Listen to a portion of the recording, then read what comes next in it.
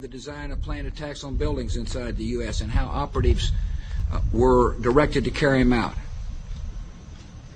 That is valuable information for those responsibility to protect the American people. He told us the operatives had been instructed to ensure that the explosives went off at a point that was high enough to prevent people trapped above from escaping. He gave us information that helped uncover Al-Qaeda cells' efforts to obtain biological weapons. This is Building 7, a 47-story skyscraper that fell on the afternoon of September 11th. The government says that fire brought it down. However, 1,500 architects and engineers concluded it was a controlled demolition. Over 6,000 of my fellow service members have given their lives. And thousands of my fellow first responders are dying. I'm not a conspiracy theorist. I'm a structural engineer. I'm a New York City correction officer. I'm an Air Force pilot. I'm a father who lost his son. We're Americans, and we deserve... I lost my husband. My son. My uncle. My nephew. September 11th, 2001. Most people don't know a third tower fell that day. The government says fire brought it down. The collapse of World Trade Center 7 was primarily due to fires. I, along with 1,400 other architects and engineers, have found the government's conclusion to be physically impossible. Impossible. We need the truth about what happened that day. Go to rememberbuilding7.org. Why it fell, why it matters, and what you can do.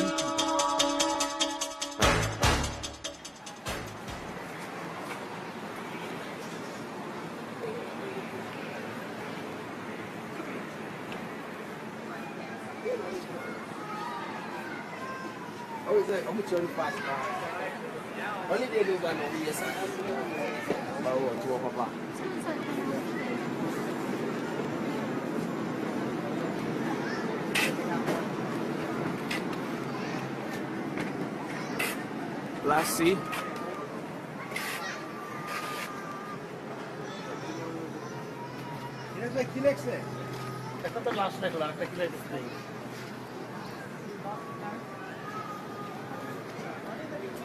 Oh shit.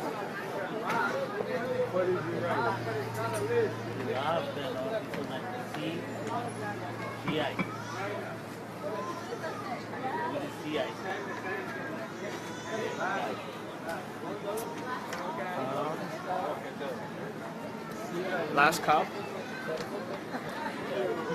Making good money for the store. They're supposed to make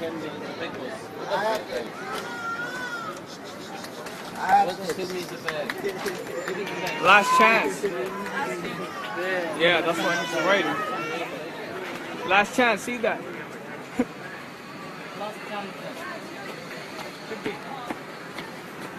last chance. Yeah, I think chance. Yeah, I think chance though. You are taking a chance to say it. Yeah. Last chance to see last chance. Wow, this guy is crazy. Yeah, look, he's gonna write the H. Wow, shit. It's only one guy doing that. He's gonna write the A right now. Wow. Whoa. Damn, yo. Last chance.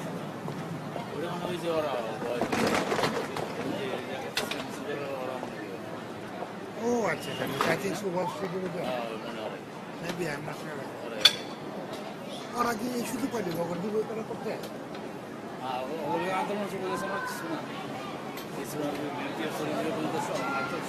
Damn. Oh. Wow, yeah, it's last chance. I'm on a day. One last chance. Go home. No chance here. Go home for Obama, right? Yeah. Go home, that's the last chance. Yeah. Work hard or go home. Obama finish. No more.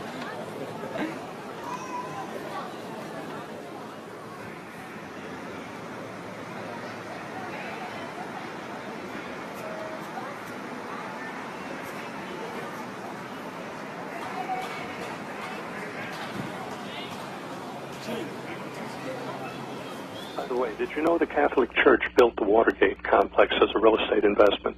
And No. they named the Watergate for the dam that went across the Potomac River at that time. It was a water gate.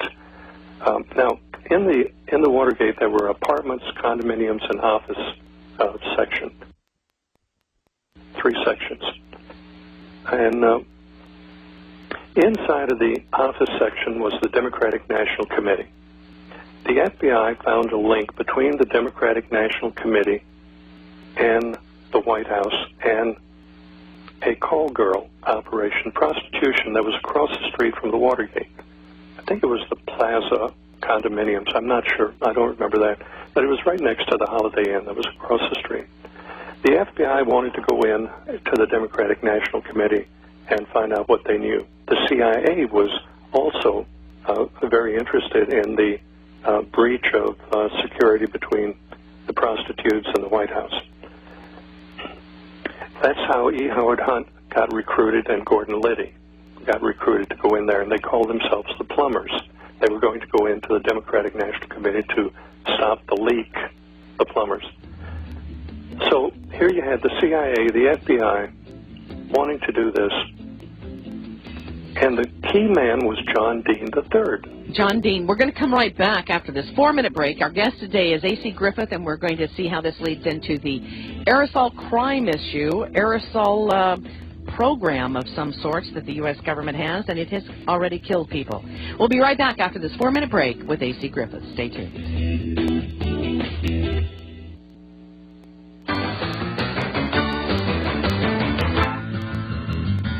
All right, here we go, folks. Welcome back to the Monday edition of the Power Hour.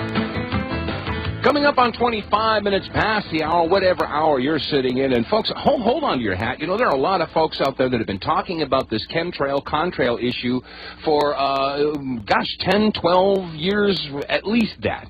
And now we're just now starting to get some real information that's coming out. Welcome back to the Power Hour. This is Dave.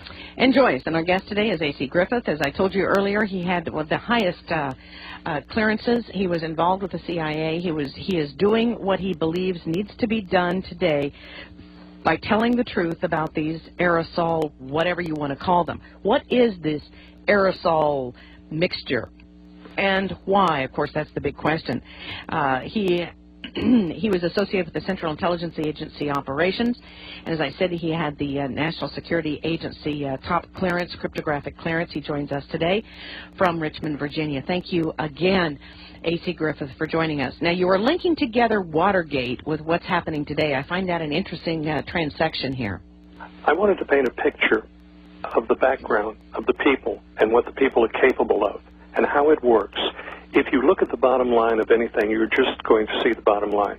But if you have an understanding of the nature and how things operate and how agencies operate, that's something that most people have no clue about, and they wouldn't believe it if you told them. But let me go back. We're running out of time, so I'm going to talk. You talk slow, and I'll talk fast, Joyce. I told Joyce earlier to talk slow to me today, so that was that joke. That was the only caveat. If I come on the show, you have to talk slow. Okay, go ahead.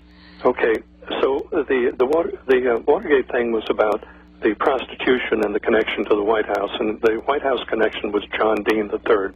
He was the counsel to the president. He was the president's lawyer. Well, John Dean had an affair going with one of the girls. Maureen Elizabeth Kane Owen Benner was her name. Later married the girl, and her name now is Maureen Elizabeth Kane Owen Benner Dean. So John Dean at the White House wanted to protect her. So he turned on Liddy and E. Howard Hunt and all the people. He even turned on the president. And they bought his testimony against the president. And that kind of in a nutshell, oversimplified, of course, is how Nixon was brought down. Nixon came into the game later. He probably had actually little to do with the actual manipulation. He was manipulated into that. And the CIA was involved in that, and the FBI was involved in it. Fast forward again to the Iranian-Contra. The body count, with the Clinton body count in Mena Airport, Arkansas, was about 75 people that was suicided. The CIA operated that whole thing at the Mena Airport. They put in Rich Mountain Aviation Company, a CIA front, and brought aircraft in from all over the world for refurbishing. Barry Seals showed up again. You remember Barry Seals now with the Kennedy thing and Carlos Marcello, the drug dealer. Barry Seal got a KC-123 out of Wright-Patterson, running guns to South America and drugs back. They were dealing in hundreds of tons of drugs. It was so many drugs, it was like freight trains loaded with drugs. And 75 people that got in the way were taken out, including Vince Foster and all of those people. Noticed an interesting thing. Admiral Jeremiah Border, he was the chief of naval operations. He was a Jewish man. He enlisted in the Navy when he was 17 years old, stayed an enlisted man for 6 years, and then went up in the ranks to become the #1 naval officer for the United States Navy. He was chief of naval operations. Well, unexpectedly one night he decided to suicide himself in his house, and he shot himself twice in the chest with a shotgun. That's quite a feat. Yes, it is. Now, he was the chief of naval operations, and he opposed the chemtrail project. Then the chemtrail project started after Admiral Borda was replaced. Jeremiah Borda. He was a dedicated man. He was a sincere man. He was a good man. So you're seeing a picture of how this thing operates. The CIA finances projects with monies earned elsewhere. The monies that go into CIA projects don't necessarily come out of congressional appropriations. And I will tell you that the Congress as a whole is completely oblivious to the aerosol program. They are afraid to ask. I had an meeting with the administrative aide of a congressman. He drove all the way to Richmond from Washington to meet with me.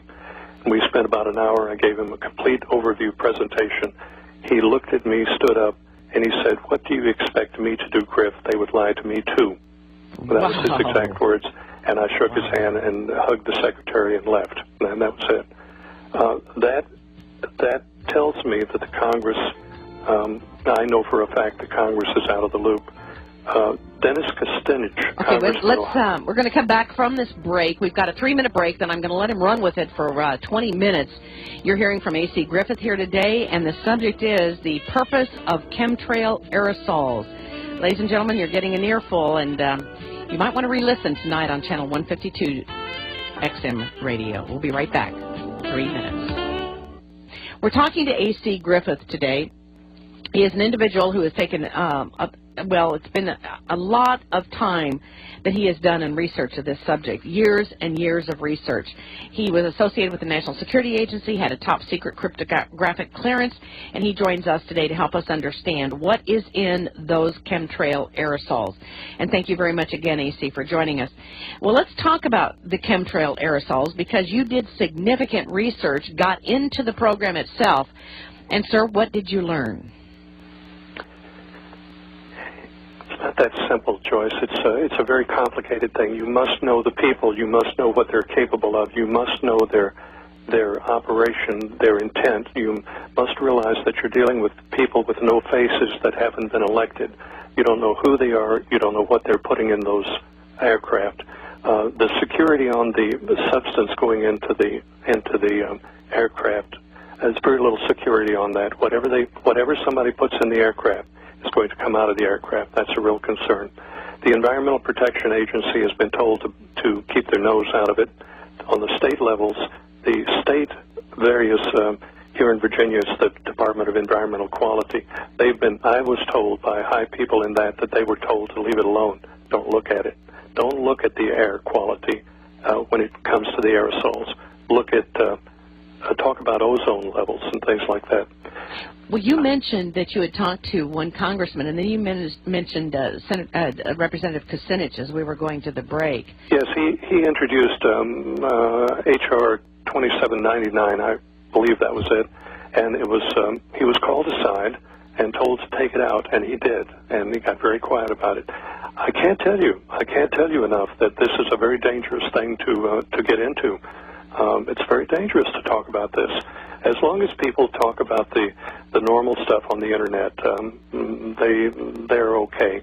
The agencies have been told to leave this alone. Now, as in the Watergate and some of these other projects that I mentioned, everybody involved thought they were doing it for some different reason. They didn't know what it was about. everybody was going in different directions, and that's